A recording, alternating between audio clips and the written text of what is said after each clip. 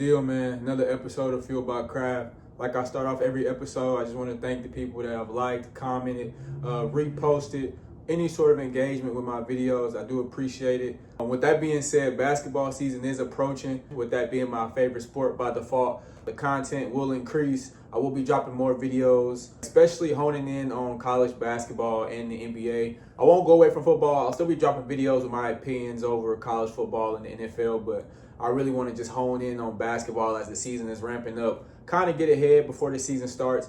And I thought this would be a perfect video to kind of throw out a few storylines that I'm interested in coming into this season, a few questions I have about these teams, and just a quick overview of the league. And like I said, as the week goes on, I'll deep dive more into these topics and even more topics than I bring up today.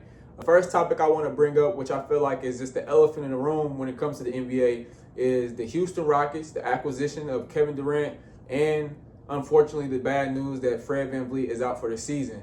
Starting off with Fred VanVleet and the Rockets point guard situation, luckily they do have bodies. Now, will these bodies step up and produce is the question. One person that I am banking on stepping up and just having a huge impact, not only for the backcourt, but for the team in general, offensively and defensively, is Amen Thompson. Coming into his third year, I'm not sure if people remember that he came into the league or came into the draft as a lead guard. So thankfully, you do have somebody in-house who has an elite ceiling who plays that position. Now it's going to look a lot different. He's not the shooter Fred VanVleet was. He's going to definitely speed up the pace. He's more of a downhill, attack the basket type point guard. But fortunately, this team has a lot of young bodies, so I don't think speeding up the game or speeding up their offense is a bad thing because they have the bodies and the legs to do so, which I think Amen Thompson will do. He averaged, and I'm just guessing here, I don't have my notes up, but he averaged somewhere around 14, 8, and 3 last year, if I'm not mistaken, that being 8 rebounds. With him stepping into this full-time point guard position, I do feel like his ceiling is an all-star and maybe even an all-NBA caliber player, just because what he can do on the defensive end and just how impactful he is on offense. Rather that be getting second-chance points and putbacks, he's a great rebounder. And I think he won't have any problem producing. Like I said, it'll look different, and they're going to have to get that shooting from a few different places because, like I said, you lose Fred VanVleet, who was the best shooter on the team last year. But you also lose Jaylen Green and Dillon Brooks. And those three guys led the team, that Houston Rockets team last year, in three-point attempts per game. So there is a lot of shots to get made up for. You bring on Kevin Durant in the trade, who last year was still 26, 27 a game, points that is, and 40% from three. Still very productive. He is getting a little older, if I'm not mistaken. He's around 36 years old, but still very productive. And any team could use a guy like Kevin Durant, future Hall of Famer, future first ballot Hall of Famer. Anybody could use a guy like Kevin Durant. And most importantly, he's still active on the defensive end. So that fits into the Raptors. That fits into the Rockets culture with them being a top 5 defense last year. And I fully expect them to be a top 5 to 10 defense again this year.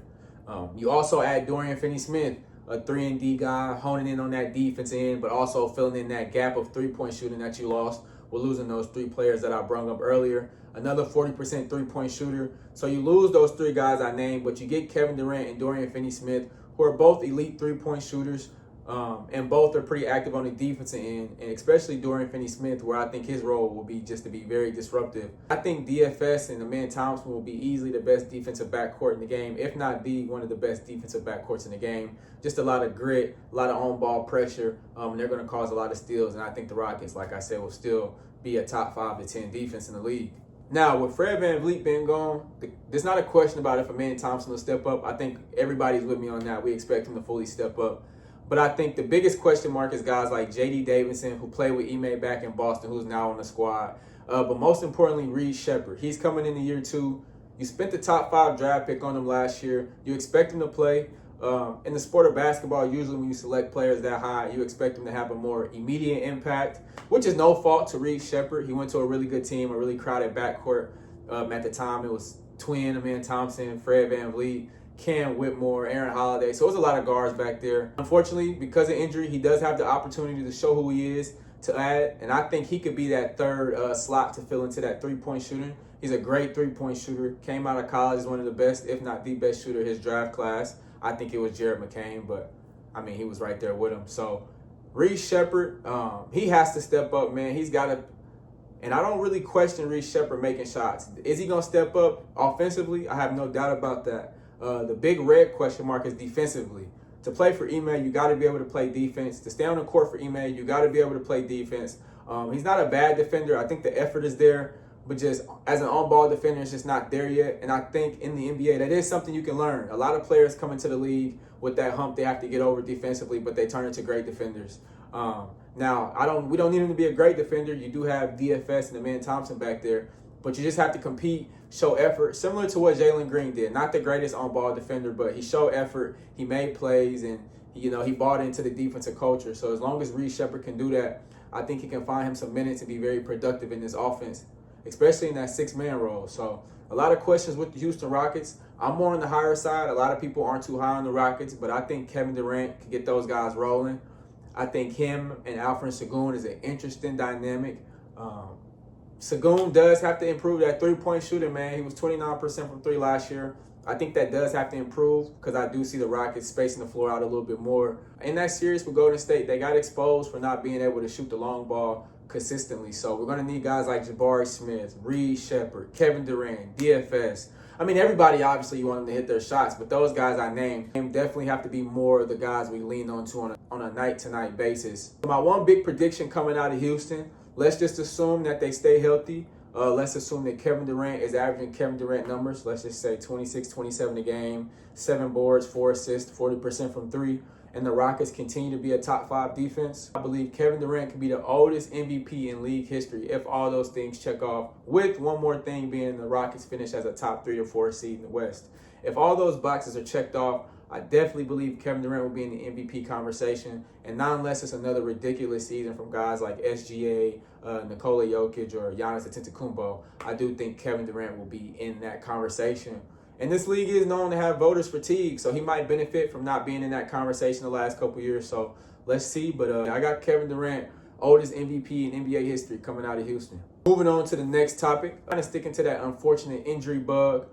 Jason Tatum did get hurt last year in the playoffs against the New York Knicks. People believe to be a season-ending injury. Jason Tatum has come out lately and said, he hasn't ruled it out. He hasn't said out of his mouth that he's out for the season. And I think everybody's with me when I say, bro, he just needs to chill out, sit down. On paper, the Boston Celtics aren't looking as, up to par as they usually are. So I don't see why you would rush back for a season like this where you might not be in contention or, who knows. But injuries like that, I just don't feel like it's leg injuries and head injuries. I just think aren't injuries that you want to rush. Now, obviously, they have the money and the medical team to receive these treatments and these physical therapy for 8 hours a day, something that the average person isn't going to, something the average person isn't going to receive. So their recovery process is faster, but I still think you just let the body do its thing, take your time, and just be ready to ramp up for next season. You got guys like Damian Lillard and Tyrese Halliburton, even Juju saying how they're already out for the season with similar injuries. So if I'm Jason Tatum, I'll just slow down, but you got to admire his love for the game, him not wanting to be away from the game for so long. But from a fan's perspective, I would want JT to kind of just chill out for a little bit. But that's not what I wanted to talk about with the Boston Celtics. I think the biggest story coming out of Boston is Jaylen Brown, and is he going to finally prove that he's this 1A type of player? Now, 2 years ago, he did receive Finals MVP, but didn't make the Olympic team. Some feel like, that was politics. Some believe he didn't even deserve to win the award. Whether you believe that or not, you can't take away from the fact that he had a really good series against the Dallas Mavericks, played some really good defense on Luka Doncic, and was a vital piece in why they got the championship that year. With all that being said, with him winning the Finals MVP, he still is in the shadow of Jason Tatum. It's just hard to get out of a shadow of a player of that stature, somebody who's that good, been successful since he came into the league, coming from a blue blood school like Duke. The cameras have been on him since college, so it's kind of hard to get your own spotlight over there, especially when the team is successful and winning championships. For the first time in his career, I think Jaylen Brown has an opportunity to prove, who he is as a player. When he came into the league, he had guys like Kyrie Irving, Al Horford, Gordon Hayward. He had a lot of offensively loaded teams, so the ball had to get spread around a lot. Not saying that it won't still, but with Jason Tatum, out for majority of the season, that's about 28 to 30 points a game that you got to make up for. So I really am interested to see, how Jaylen Brown accepts that role. I think he's capable for sure. I just want to see it happen versus, just speculating. You lose Al Horford to Golden State. You lose Luke Kornet to the San Antonio Spurs. And those might not be, the biggest names that pop off on paper, but huge, important pieces for that team. That front court is looking a little iffy. Not too sure what they got. Really interested in the rookie Amari Williams they brought out of Kentucky, 7-foot guy, a really good passer of the basketball. I think the second half of the season, guys like him and Hugo Gonzalez, the rookies this year, will really get going for Boston. But to start off the season, we're definitely going to need guys like Jaylen Brown, Derek White, Peyton Pritchard, and even off the bench, Anthony Simons or Simmons to make immediate impacts for this team. But it all starts with Jaylen Brown. Can he do it? Who knows? We'll wait and see. But I am really interested to see how it gets done. Now, I do have my prediction. I do think Jaylen Brown can still average around 25 to 26 a game. I don't think it'll be as efficient as some people might want it. But with him just taking on a heavy workload, maybe taking a step back on defense to focus more on offensively carrying the team, it could be efficient. And that just comes with shooting the ball a lot. But I definitely think he'll step up to the challenge. And I think a guy who really is going to benefit from Jason Tatum being injured, as messed up as that sounds, is Derek White. He's going to step into that role where, you add Peyton Pritchard and guys like that who are really good shooters of the basketball. But guys like Derek White, he made the Olympic team. He did make the team that Jaylen Brown didn't make, which raised a lot of eyebrows. But, he's not the sexiest name to pop up off paper. He's not doing the 360 dunks. He's not the Ja Morant type athlete. But it's the reason why he made that Olympic team. Similar to a Drew Holiday, he just does a lot of things that don't show up on the stat sheet. He's got a lot of great intangibles. He's a great on-ball defender. He takes the right shots. He's not an ego guy. He's never really making mistakes. You never really see him being the reason why the Celtics lose a game, which it is a team sport, but there are times where a single player can kind of be the reason why, the game is thrown off. You never have to worry about that with Derek White. I can definitely see Derek White and Jaylen Brown representing the Celtics as Eastern Conference All-Stars, but that is moving a little too far ahead, so we'll see about that. But I am interested to see how Jaylen Brown carries this Boston Celtics team until his co-captain Jason Tatum returns. A few things here, and I'll make videos specifically on these two teams, as these are the two teams I'm the most interested in. But I just want to throw out the idea here now. The Denver Nuggets and the Los Angeles Clippers are just two teams that, if I'm the Oklahoma City Thunder, those are the two teams I'm worried about. I'm not worried about the Lakers. I'm not worried about the Mavericks. Those are really good teams. But what they're building in Denver and what they're building in Los Angeles with the Clippers is really dangerous, and I think it's not really getting talked about enough. Starting off with John Collins does play for the Clippers. Bradley Beal does play for the Clippers. Kawhi Leonard plays for the Clippers. James Harden plays for the Clippers. Zubac for the Clippers. They haven't lost nobody, but they added two great guys in Bradley Beal and John Collins. John Collins is almost 20 points a game. Some might consider that garbage time because he was up there in Utah. I think he's a phenomenal player. He's going to offer some firepower for that offense and be a great 1-2 punch with Zubac. He's just one of those players that beats up on the defenses, and then defensively he can be very active. So I think he fits the Ty Lue scheme perfectly. They lose Amir Coffey, and I know they play two different positions, but I think John Collins will kind of play in that role where he's a small ball big, but we might even see him on the wing a little bit, because he can shoot the 3-ball respectively, and really interested to see what John Collins brings to that Clippers team. But I seen where Ty Lue said he's expecting Bradley Beal to be the elite defender that he once was. So clearly defense is a huge emphasis on this Los Angeles Clippers team. You might see the age and just think unk status or, whatever jokes you're throwing out there. This team can still hoop, man. They went 7 games with a Denver team last year who went 7 games with the eventual NBA champions in the Oklahoma City Thunder. So that is not a whack squad. They got great coaching. They kept all their core players on top of improving what they're building in Los Angeles. I think as long as they can stay healthy, God forbid any season-ending injuries, when it comes playoff time, that's definitely a team that I wouldn't want to see, and I think a team that can get rolling once they figure it out. And, everybody figures out their role with the new additional pieces. Same thing with Denver, man. Joker has his first legit backup in Val.